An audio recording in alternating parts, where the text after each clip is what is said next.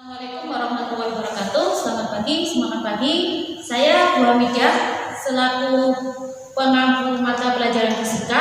Kali ini saya melalui video pembelajaran akan membimbing kalian untuk mempelajari materi fisika kali ini terkait dengan gerak lurus yang sudah kalian pelajari pada 2 pertemuan sebelumnya melalui Google Classroom.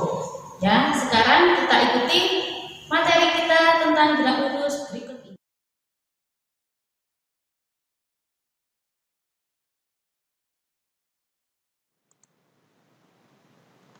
Oke, kita mulai materi pertemuan ketiga hari ini, yaitu untuk membahas tentang kinematika gerak lurus yang sudah dipelajari pada 2 pertemuan sebelumnya. Di fisika sendiri adalah ilmu yang mempelajari bagaimana cara kerja seluruh alam semesta. Nah, pada alam semesta, hampir semua benda yang ada di alam semesta itu selalu bergerak. Berlari, mobil berjalan, kemudian orang bersepeda, orang menggunakan sepeda motor, semua dalam posisi bergerak. Nah, yang kita pelajari masih tentang kinematika gerak lurus dan besaran-besaran fisika dalam gerak lurus. Besaran-besaran fisika dalam gerak lurus yaitu antara lain adalah jarak, perpindahan, kecepatan, dan percepatan. Nah, ini yang kita pelajari hari ini hanya membahas tentang apa yang sudah kalian kerjakan pada 2 pertemuan sebelumnya, serta bagaimana kalian menerapkan besaran-besaran fisika dalam gerak lurus dalam perhitungan. Jadi ini penerapan dari rumus-rumus yang sudah kalian gunakan. Materi ini sudah kalian pelajari di SMP, jadi kita hanya mengulang apa yang sudah kalian pelajari di SMP dan kembali lagi dipelajari di tingkat SMK. Di awal kita bahas tentang gerak benda dulu. Gerak benda di sini adalah gerak benda secara fisika. Gerak adalah perubahan posisi suatu benda terhadap titik acuan. Titik acuan sendiri didefinisikan sebagai titik awal atau titik tempat pengamat. Nah, contohnya adalah ketika ada sodik yang pergi ke pasar, di mana di sini titik acuannya adalah berupa rumah. Sedangkan titik acuan keduanya adalah pasar. Nah, sodik dikatakan bergerak atau tidak tergantung pada titik acuan yang kalian gunakan. Misalkan ketika kalian memilih bahwa rumah adalah sebagai titik acuan sodik, maka ketika sodik bergerak atau mulai berjalan ke pasar, maka posisi sodik pasti akan berubah terhadap rumah. Atau kalau misalkan pasar sebagai titik acuannya, maka ketika sodik pulang dari pasar menuju rumahnya, maka dia juga dikatakan bergerak. Tetapi ketika sodik masih berada di rumah sebagai titik acuan dan belum bergerak ke pasar, maka dikatakan sodik belum bergerak. Sama seperti contoh yang sudah saya berikan sebelumnya, misalkan ketika kalian menggunakan sepeda motor, maka ketika kalian berangkat dari rumah dan titik acuannya adalah rumah, ketika kalian mulai menggerakkan sepeda motor itu tadi, maka kalian dikatakan bergerak. Tetapi ketika sepeda motor itu sebagai titik acuan kalian dan sepeda motor itu bergerak dan kalian berada di atas mengendarai sepeda motor itu, maka kalian tidak dikatakan bergerak karena titik acuannya bergerak bersamaan dengan kalian menuju ke sekolah. Nah, itu definisi dari gerak. Jadi dilihat dulu mana titik acuannya.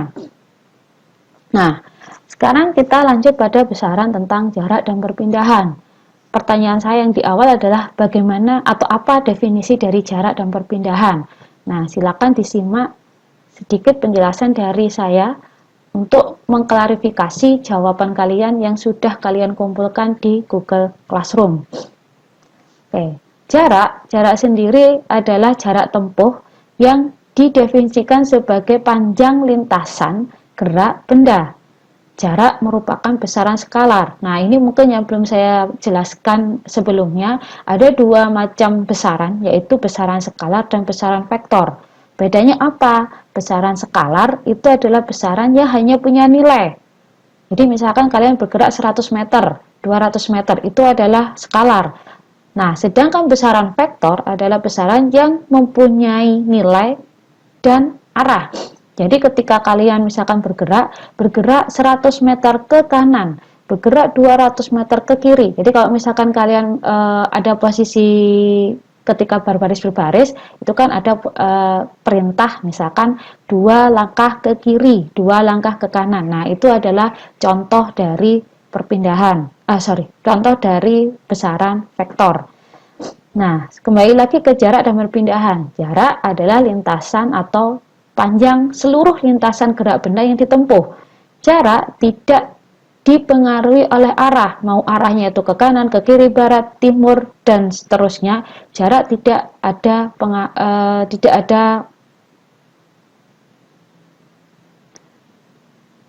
pengaruhnya terhadap arah dan tanda arahnya.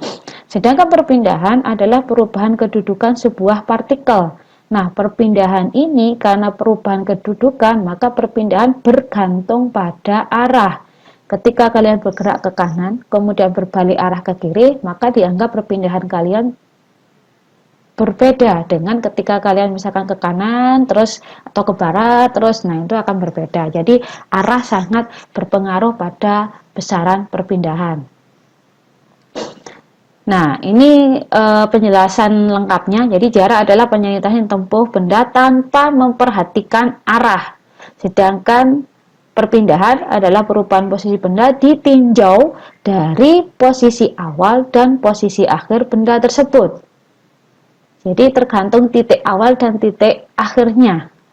Jadi kalau misalkan di sini benda itu bergerak dari X1 dan kemudian berhenti di X2, maka besarnya perpindahan dapat dituliskan sebagai X2. Jadi titik akhir dikurangi dengan titik awal. Dan memperhatikan arah atau tanda perjanjian tanda arah. Tuh. Nah, sekarang bagaimana perbedaan antara jarak dan perpindahan? Jarak selalu ditinjau dari lintasan yang ditempuh oleh benda yang bergerak. Sedangkan perpindahan ditinjau dari kedudukan awal dan kedudukan akhirnya saja. Jarak tidak memperhitungkan arah gerak benda. Sedangkan perpindahan selalu memperhitungkan arah gerak benda. Jadi tolong diperhatikan, jarak tidak tergantung arah, perpindahan selalu bergantung pada arah. Kemudian jarak merupakan besaran skalar yang hanya mempunyai nilai, sedangkan perpindahan termasuk besaran vektor yang selain mempunyai nilai juga memiliki arah. Pertanyaan berikutnya adalah, dapatkah jarak dan perpindahan mempunyai nilai yang sama? Nah, jawabannya adalah jarak dan perpindahan bisa bernilai sama jika lintasannya adalah lintasan lurus atau benda itu bergerak lurus dan tidak berbalik arah atau arahnya sama. Jadi misalkan kalian pergi ke sekolah dengan arah ke arah barat, maka ketika kalian bergerak ke arah barat dan tidak berbelok-belok ke arah yang mana saja, maka kalian akan mempunyai nilai jarak dan perpindahan yang sama. Jadi intinya adalah tidak ada perubahan arah. Kemudian kalau tadi jarak dan perpindahan bisa bernilai sama, apakah jarak atau perpindahan bisa bernilai 0? Nah, jawabannya adalah jika benda bergerak menempuh lintasan tertentu, maka jaraknya tidak mungkin bernilai 0. Sekalipun itu kembali ke titik awalnya. Jadi ketika kalian pergi ke sekolah, kemudian dari sekolah kalian kembali lagi ke rumah, maka tidak mungkin jaraknya bernilai 0, walaupun titik acuannya rumah tetap. Nah, tetapi ketika benda itu kembali ke titik awal, maka perpindahannya sama dengan 0. Jadi jarak tidak mungkin bernilai 0, tetapi perpindahan bisa bernilai 0 jika kedudukannya kembali ke titik semula atau ke titik awalnya. Jadi ketika kalian pergi dari rumah ke sekolah, kembali lagi ke rumah, maka jaraknya tidak mungkin bernilai 0, tetapi perpindahan kalian bernilai 0 karena kembali lagi ke titik semula. Nah, kemudian terkait dengan jarak dan perpindahan, selanjutnya adalah besaran kelajuan dan kecepatan. Kita bicara tentang definisi dan rumus kelajuan dan kecepatan dulu. Kelajuan adalah jarak yang ditempuh benda tiap satuan waktu tanpa memperhatikan ke arah mana benda tersebut bergerak.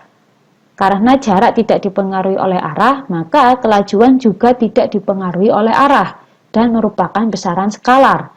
Kelajuan disimbolkan dengan V, itu sama dengan jarak dibagi waktu tempuh, S per T. Sedangkan kecepatan adalah perbandingan perpindahan yang terjadi terhadap waktu yang diperlukan untuk menempuh perpindahan tersebut. Kembali lagi ke awal, perpindahan adalah besaran vektor. Dia bergantung dengan arah. Sehingga kecepatan juga merupakan besaran vektor dan bergantung pada arah. Berikutnya adalah percepatan. Definisi dan rumus dari percepatan. Percepatan sendiri didefinisikan sebagai perbandingan perubahan kecepatan dengan selang waktunya. Nah, jadi ini contohnya adalah ketika kalian mengalami perubahan kecepatan. Dari awal, misalkan motor, kalian mau berangkat ke sekolah, motor kalian mula-mula diam, kemudian kalian mulai menggerakkan sepeda motor tersebut, kemudian kecepatannya berubah dari 0 menjadi 10 km per jam, 20 km per jam, 30 km per jam. Nah, ini berarti kalian mengalami percepatan. Nah, syaratnya percepatan harus ada perubahan kecepatan.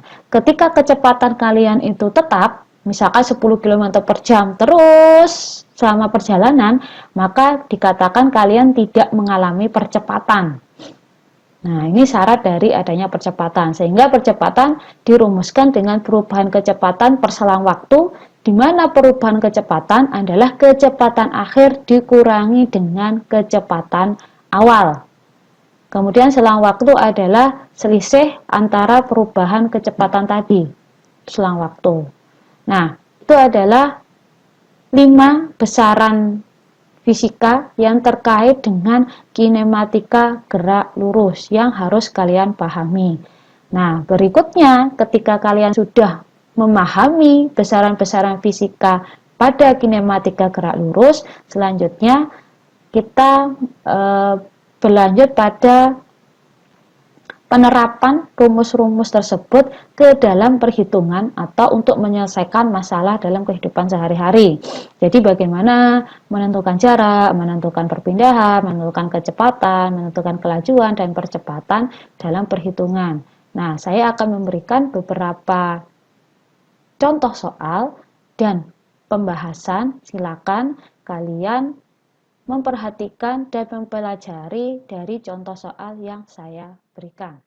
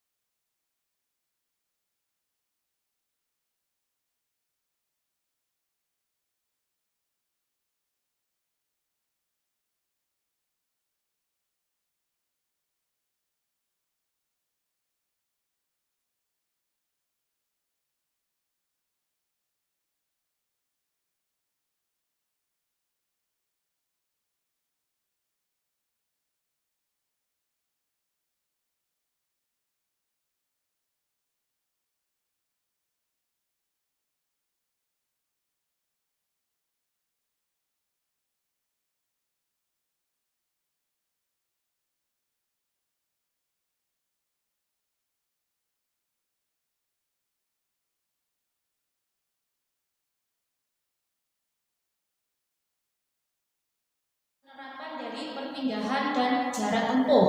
Di soal sudah diperlihatkan bahwa di situ ada anak, dia sedang jogging di depan rumahnya, di mana dia mulai bergerak dari rumahnya atau titik asalnya itu berjalan 200 meter ke arah barat.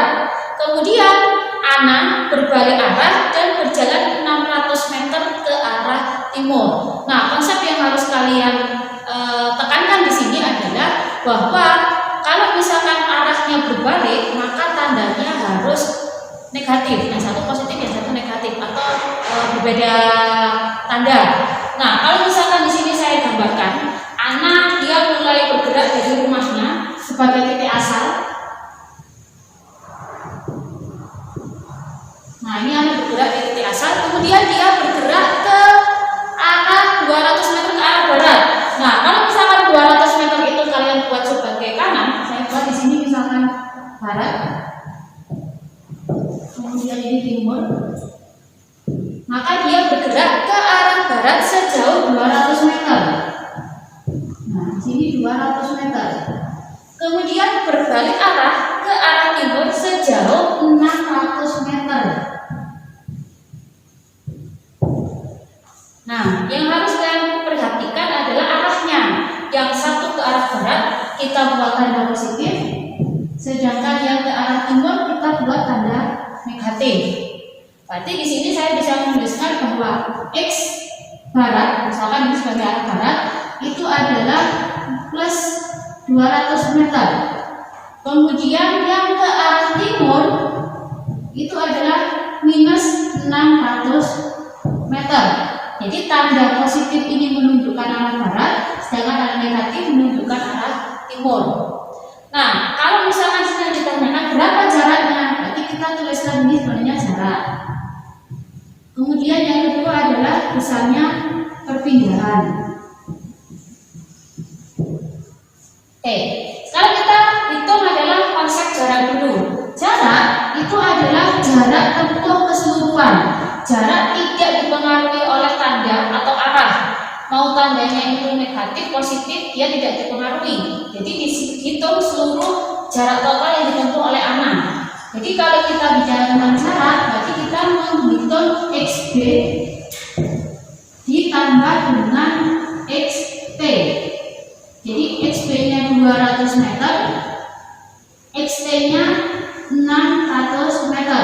Kenapa ini tidak negatif? Karena jarak tidak memerlukan tanda positif dan negatif, sehingga dihasilkan di sini adalah 800 meter. Jadi jarak yang ditempuh anak adalah 800 meter. Kemudian bagaimana perpindahannya? Nah, perpindahan ini adalah besaran vektor. Besaran vektor ini selain punya besar, dia juga punya arah. Jadi tanda positif dan negatif harus disertakan. Jadi kalau kita misalnya sini XB plus XT, maka di sini adalah plus 200 meter. Jadi dari hasil positif 200 meter dikurangi 600 meter, maka hasilnya adalah negatif 400 meter. Nah, tanda negatif di sini menunjukkan sama dengan di atas, maka dia ke arah timur. Nah, ini yang membedakan ketika kalian menggunakan atau menghitung jarak dan perpindahan. Ketika jarak maka semuanya dijumlah, kemudian ketika menghitung perpindahan maka dilihat arahnya dulu, dan arah akhir itu harus dituliskan, tidak hanya berupa angka saja. Oke, demikian untuk pembahasan soal nomor 1.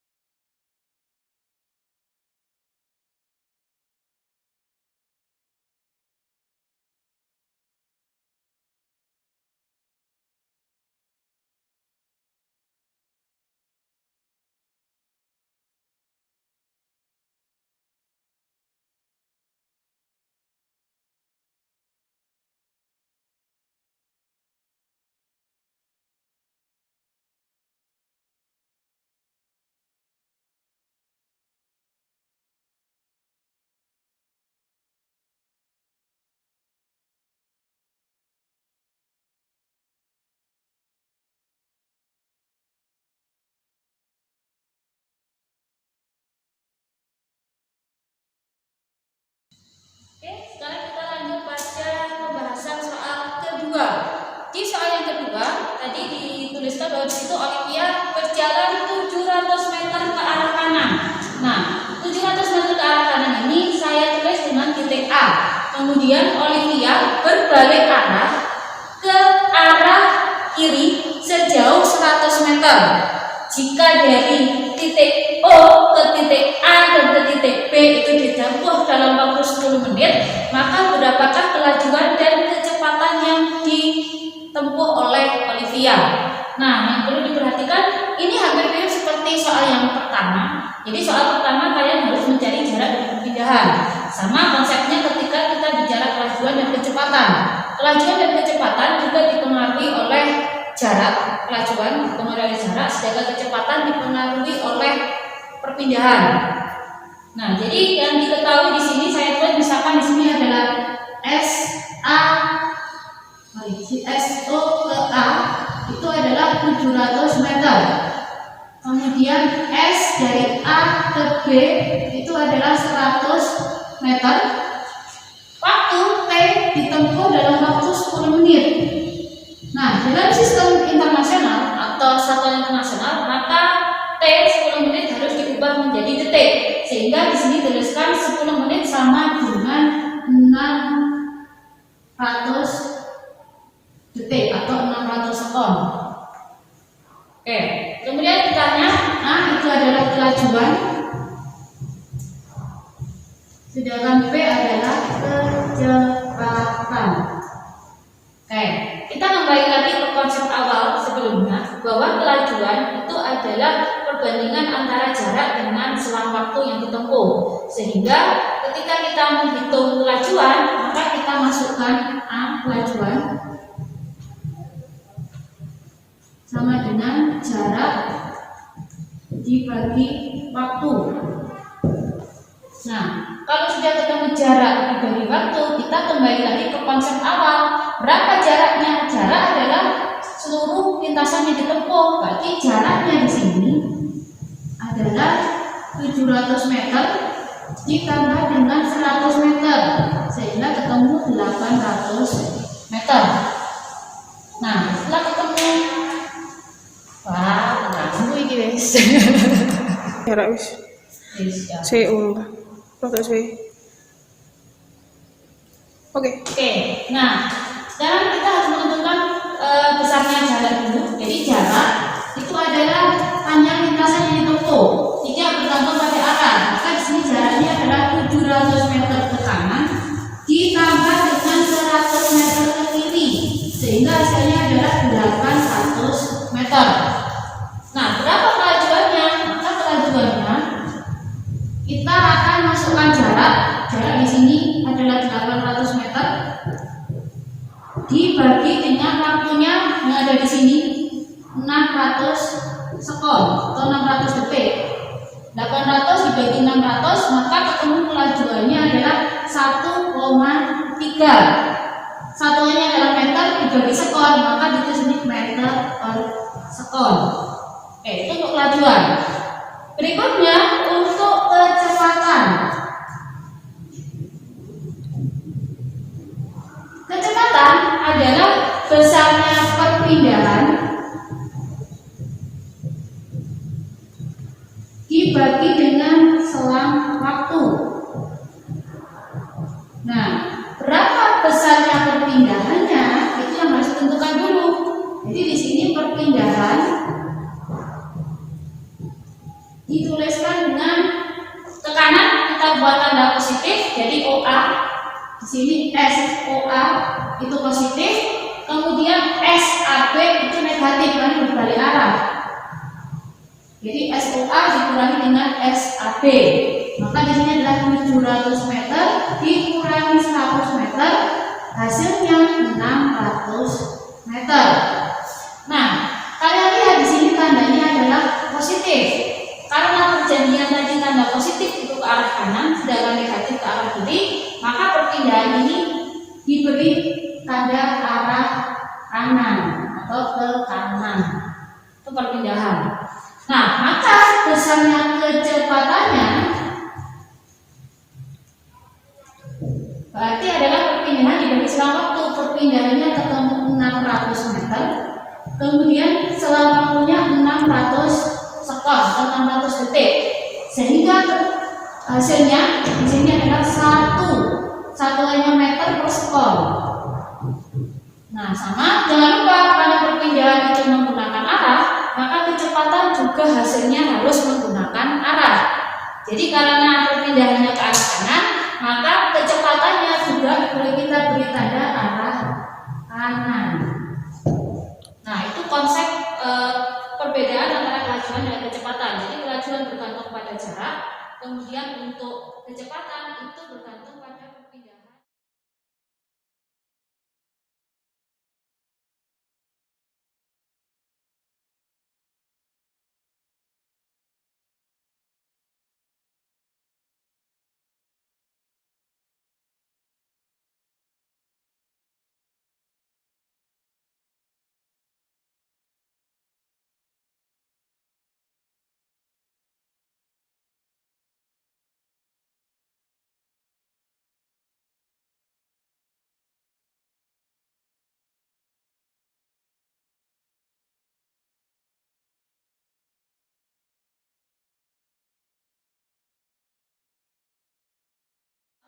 Soal yang ketiga ini terkait dengan bagaimana menghitung percepatan. Percepatan ini dipengaruhi oleh perubahan kecepatan dan selang waktu. Nah, besarnya percepatan pada saat ini terdapat soal sebuah pesawat terbang mula-mula diam dan kelajuannya berubah menjadi 200 meter per sekon dalam waktu 10 sekon atau 10 detik. Hitunglah besar kecepatannya. Nah, dari soal kita ketahui ketika benda itu mula-mula diam, maka di situ kecepatan awalnya V0-nya itu adalah 0. Kemudian berubah menjadi 200 meter per sekon. Maka di sini VT itu sama dengan 200 meter per sekon. Dalam waktu 10 sekon, berarti T di sini adalah 10 sekon. Kemudian yang ditanyakan adalah besarnya percepatan. Percepatan disimbolkan dengan A. Nah, besarnya A itu sama dengan V akhir dikurangi kelajuan awal dibagi dengan selang waktu KT. Nah, berarti di sini VT-nya adalah 200 meter per sekon dikurangi 0 dibagi 10. Nah, berarti ketemu di sini adalah 20 meter per sekon kuadrat. Karena ini sekon sama sekon. 20 meter per sekon. Pelajaran kita hari ini, silakan kalian mengerjakan tugas penerapan gerak lurus yang sudah saya jelaskan sebelumnya di materi kinematika 3 yang ada di Google Classroom. Saya tunggu hasil kalian mengerjakan. Ingat, di balik proses yang melelahkan pasti ada hasil yang membanggakan. Sampai jumpa pada materi berikutnya.